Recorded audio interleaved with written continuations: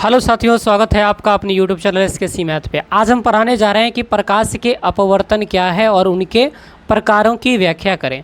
ये 10th exam अगर आप देने जा रहे हैं 2026 तो आपके लिए बहुत इंपॉर्टेंट क्वेश्चन हो जाएगा कि प्रकाश का अपवर्तन क्या है और उनके प्रकारों को कैसे लिखा जाएगा। समझिएगा कैसे हम बताते हैं।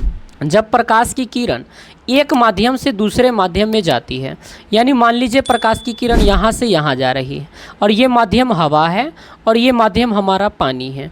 तो जब ये हवा से पानी में जाएगी तो अपने को जाना तो ऐसे चाहिए था इस वाली किरण को, लेकिन ये अपने पथ से क्या हो रही है, मुड़ रही, यानी इतना सा मुड़ रही है। और इस घटना को क्या कहा जाता है, प्रकाश का अपवर्तन। जब प्रकाश की किरण एक माध्यम से दूसरे माध्यम में जाती है, यानी हवा से पानी या पानी से हवा, किसी में भी जाती है, तब वह अपने पथ से क्या हो जाती है, यानी पथ तो ये था लेकिन ये विचलित हो जाती है और प्रकाश की इस घटना को प्रकाश का अपवर्तन कहा जाता है। क्या कहा जाता है, प्रकाश का अपवर्तन कहा जाता है। जब प्रकाश की किरण एक माध्यम से दूसरे माध्यम में जाती है तो अपने पथ से विचलित हो जाती है और इस घटना को प्रकाश का अपवर्तन कहा जाता है। अब अपवर्तन के हम प्रकारों को बताएंगे।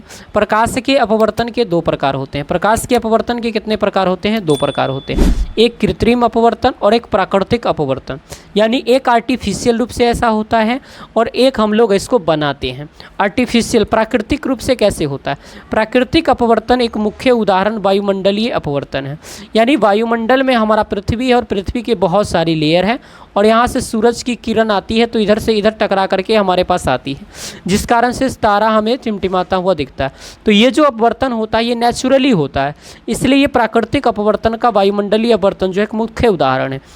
इस वायुमंडलीय अपवर्तन के कारण सूर्य के प्रकाश पृथ्वी पर पहुंचता है और चारों ओर फैल जाता है। तो ये एक प्राकृतिक उदाहरण होता है और एक कृत्रिम उदाहरण होता है। जब प्रकाश की माध्यम एक माध्यम से, जब प्रकाश किसी एक माध्यम से प्रवेश कर से एक माध्यम से दूसरे माध्यम में, एक माध्यम से दूसरे माध्यम में प्रवेश करता है तो उसकी गति धीमी हो जाती है और पथ जब गति जब धीमित हो जाएगी तो उसका पथ क्या हो जाएगा सर, तो पथ से वो विक्षेपित हो जाती है।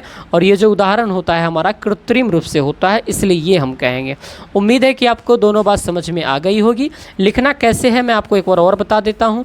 यहाँ पे देखिए प्रकाश के अपवर्तन क्या है और इनके प्रकारों को लिखिए।